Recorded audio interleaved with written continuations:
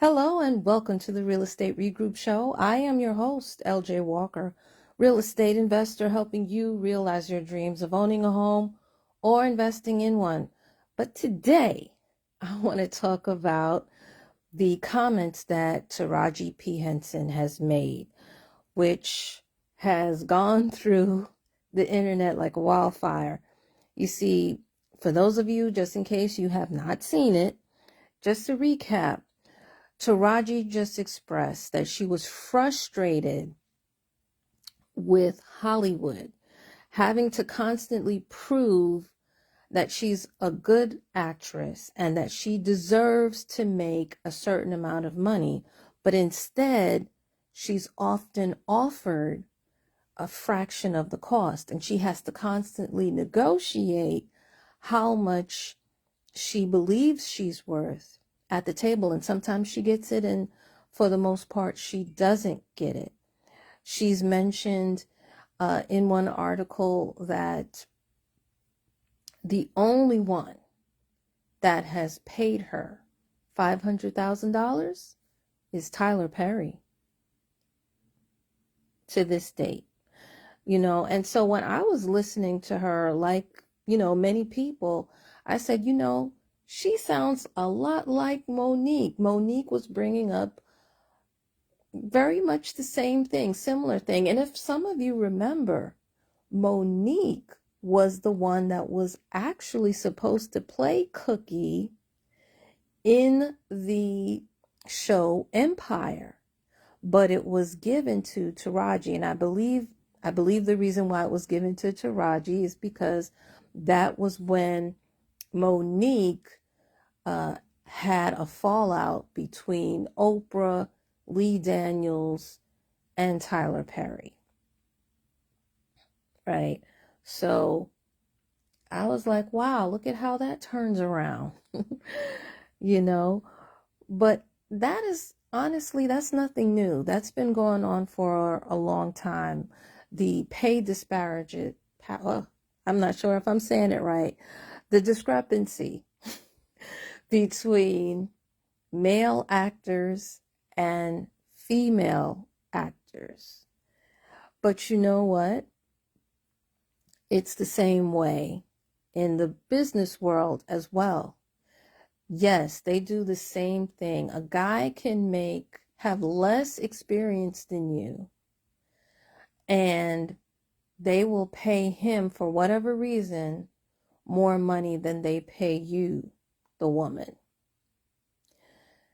I found this out really more so on my last job, because I actually have my degree is actually more in line with the job that I was working at, while the guy, his degree was not, and yet he got paid $5,000 more.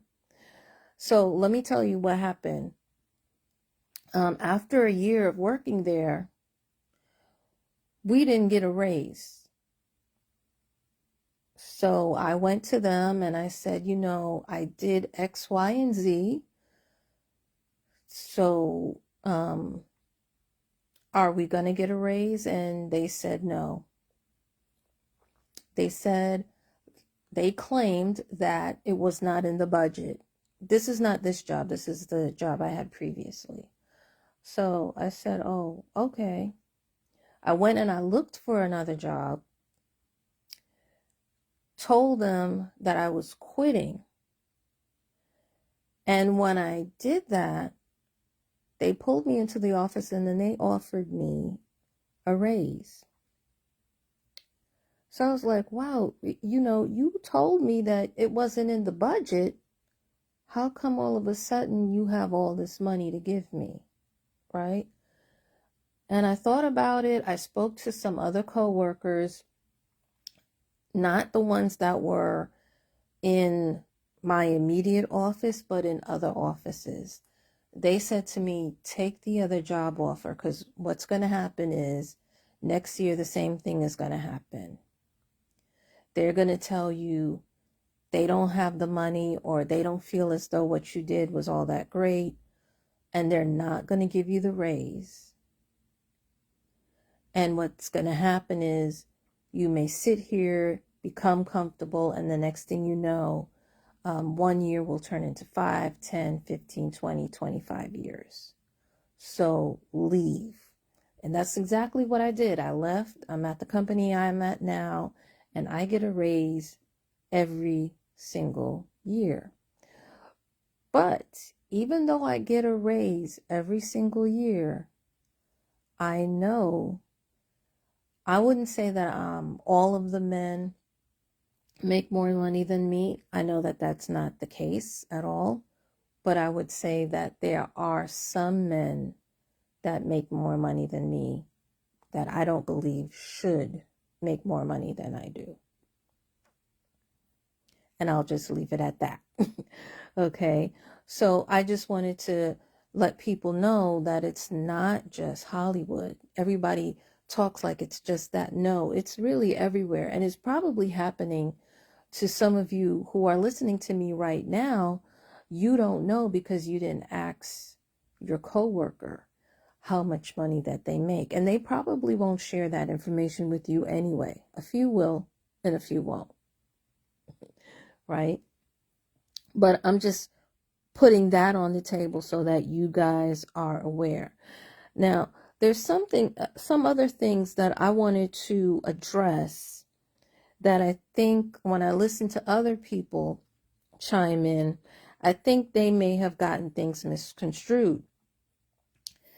It seems as though a lot of people think that Taraji only does acting. Truth be told, Taraji has dabbled a little bit into real estate. Okay, she's bought several condos in Chicago. She's had some houses in California. She still is in California. And she has some houses in Maryland. Plus, in addition, she has a hair care line, right?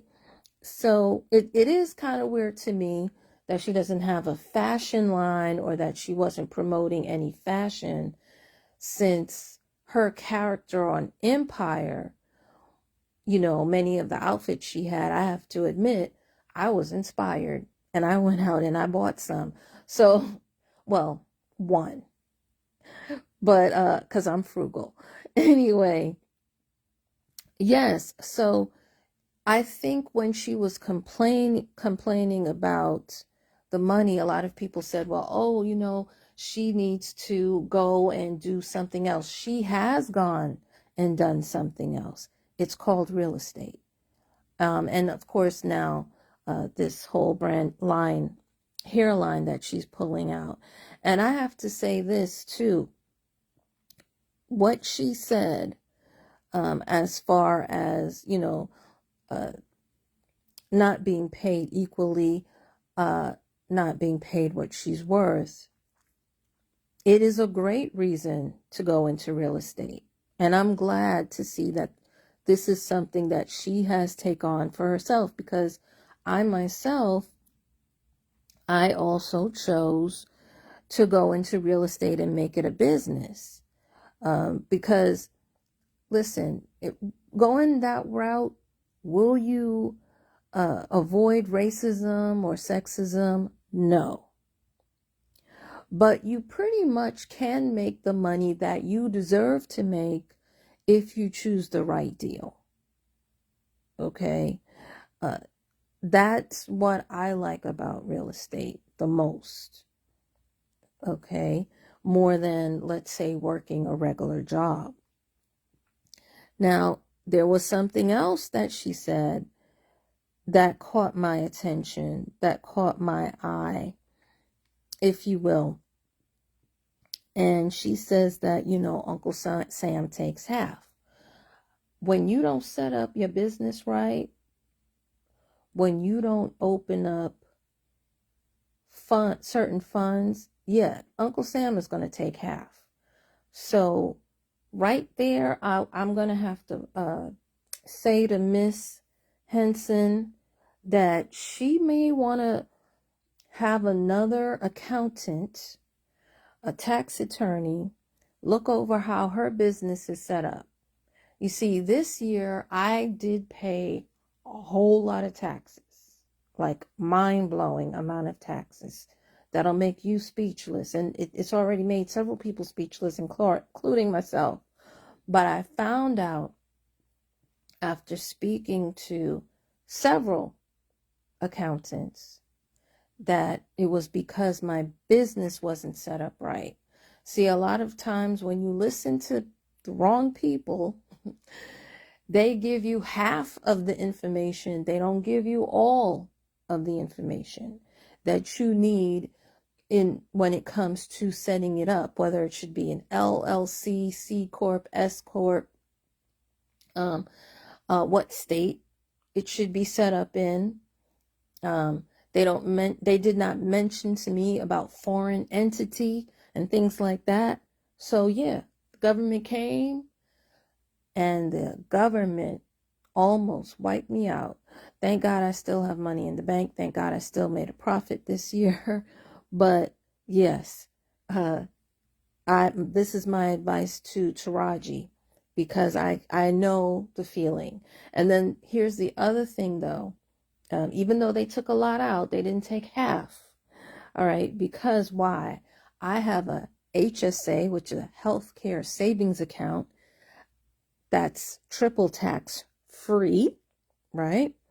I have a solo account. I have a self-directed IRA. All of these are tax free. So I would, if Taraji does not have this, and any other business owner that is complaining about the government taking out half, I would highly recommend that you have these things set up for yourself. Okay? You need these, first of all, you need them for retirement, and then second of all, you need them for health care. All right? Now, she mentioned also that she has a team that she pays 30%. And she said also that there was in another interview, she said she had a team and she had to fire everybody as well in order to, I guess, to pick up this new team. Sometimes 30%, she may want to think about scaling back. Even though I don't know, every single person, what they're there for and what they do, she may want to think about scaling back so that that amount is not too high. And if you have a team that you are paying 30% to, some of that should be tax deductible also. So I know, even though I haven't looked at her profit and loss statements and all that other kind of stuff, I'm almost certain that accountant, that tax attorney, if I were her, I would definitely get a second opinion. That's all I'm saying. And some of them will give you a second opinion for free, Miss Taraji P. Henson. So really, I want you to think about that. Okay? I think that is quite important. And then lastly, the last thing that she said that didn't really sit too well with me was when she mentioned that they keep telling her that Black shows don't do well overseas. Guys, I've been to 65 countries, so I'm pretty experienced as far as what goes on overseas. I know for a fact that I have sat in countries that were predominantly white, and I have seen Black shows on their TV sets. Now, granted, it was before her show Empire came out, but the Black shows, just so that you guys know, Cosby, Fresh Prince of Bel-Air, and Family Matters did very well when I was in Europe at that particular point in time. I think that maybe she's listening to the wrong people. The only other thing I can think of is that those shows were family-oriented shows. And yes, Empire was a family-oriented show, but it was also a very controversial show, dealing with some very controversial topics that may not be acceptable everywhere. Europe, I'm not sure why Europe would necessarily not be into it, but I could tell you this: the Caribbean and Africa, those continents, those, areas, regions there, they may have a problem because many of them are still a little homophobic. So that might be why the programs don't do so well there. But the reason why I think that we really need to pause for a second and step back is because of this. Black people are third in the world when it comes to population. The first population, highly populated area is China. Plus, there's a Chinatown in just about everywhere. Yes, Jamaica has a Chinatown. Costa Rica has a Chinatown. So when I say there's a Chinatown just about everywhere, yeah, there's a Chinatown just about everywhere. Okay? And I've been to China, and ooh, man, it's a lot of people there. It really is. All right, so then the next country, I haven't been to this one though, India. India has a large population, and then the last country is Nigeria. Again, I haven't been to Nigeria, but I know a lot of Nigerians. I live near Little Africa, and it's a lot. It's a lot. And that's just one country on the continent of Africa. And there's like 57, 54 countries, whatever, on the continent there. And you gonna tell me that Black shows don't do good internationally? I'm not accepting that. I don't believe that. I don't believe that at all. And I do think that more actresses should come together, particularly minority actresses, even here in America. Why? Because even though we are 13% of the population in the United States, even though we're a small number, the majority of people who watch TV, if you look at that statistic, it's mainly Black Americans who are 65 and older. I think, what is it? They make up 60% of the television viewing population? The baby boomers. Okay, they are the number one people watching TV, because everybody else is on the internet. Everybody else is like my group, Generation X. We're mainly on Facebook. And then we do a little YouTube and a little Instagram. Not too much, but I am doing a little bit more Instagram than before. And then millennials, they're on YouTube, they're on TikTok, and I guess they're on Snapchat or what have you. And then Gen Ys or Gen Zs or whatever, they're definitely on the internet. They really don't watch that much TV, right? They're on like Netflix if they do watch TV.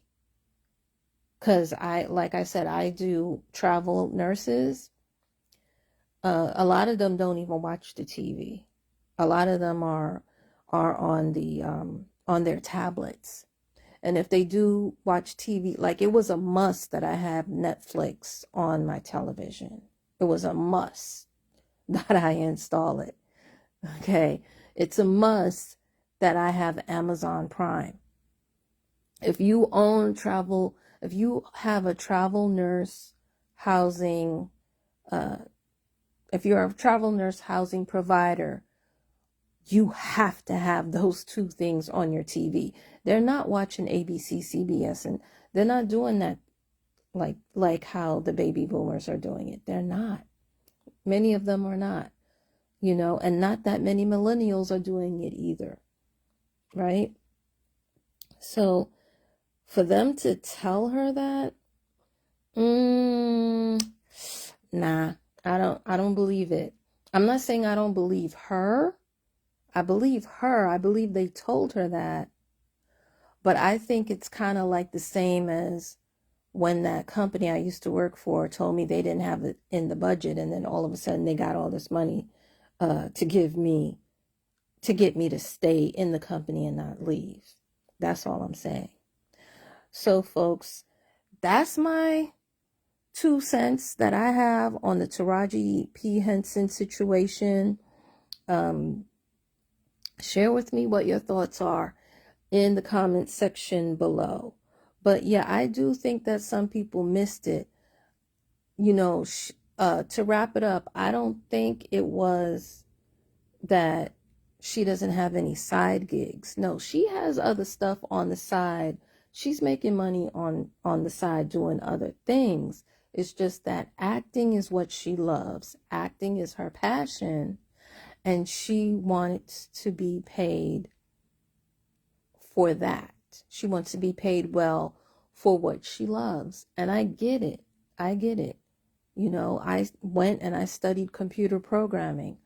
I wanted to get paid doing that. But unfortunately, there was a recession when I graduated, and then they started hiring people from overseas who work for less than half of what they were paying an American. So I just said, okay, well, I got to do something else with what I got. And I did. And here I am. And then I said, I discovered real estate. I chose real estate because of the recession. And I looked at my life and I just said, all right, real estate is how I'm going to go. Because I'm not judged the same way as, working a regular job. Anyway, again, share your thoughts in the comment section below. Feel free to share this also amongst your friends. Remember, each one, reach one, teach one. Bye for now. Until next time. Have a good night.